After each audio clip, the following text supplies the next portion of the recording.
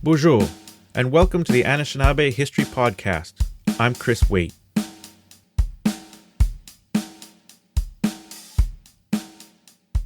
In northwestern Ontario is a place called Kakabeka Falls. The Kaministiquia River flows over a cataract, which is a cascade over a steep rock cliff face, or Kakabeka, in the Ojibwe language, to create waterfalls. Around 9,000 years ago, someone spent time on the shores of the Kaministiquia River flint-knapping jasper taconite into a biface stone tool. 9,000 years ago was after the Ice Age.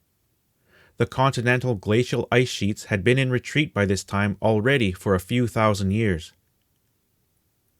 Formerly separated water bodies could now link up in the absence of ice.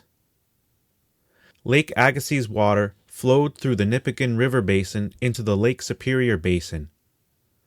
Water from the west, where Whitefish Lake now exists, eventually connected to the Superior Basin to create Lake Minong, which had its beginnings about 11,400 years ago. Eastern and western basins of Lake Superior merged when the last ice sheet in the region retreated northward around 10,600 years ago.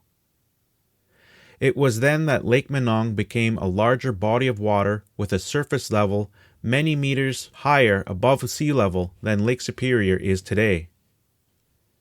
This means that archaeological sites of people who lived on the shores of Lake Minong would now be found up on hills and far from today's shores.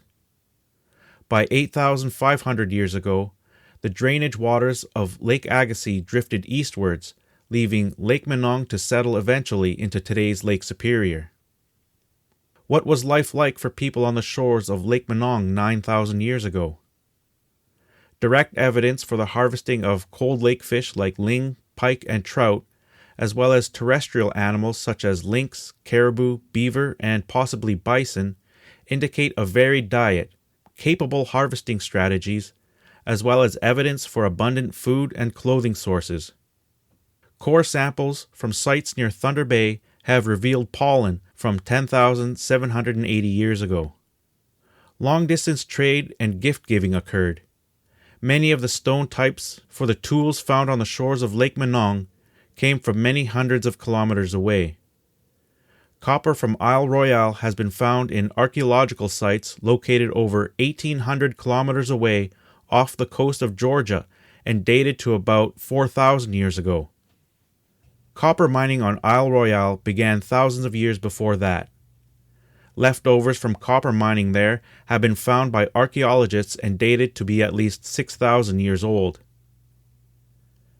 In the southern region of North America, where Georgia, Virginia, and the Carolinas now exist, there is a long history of human inhabitation. One of the earliest known archaeological sites in that region is Topper, South Carolina, where a stone tool has a generally accepted date of about 16,000 years old. It could be as much as 20,000 years old. The older the dates get, the more controversial they become.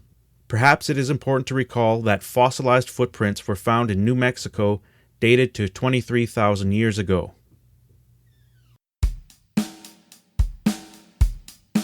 That's all for today's episode.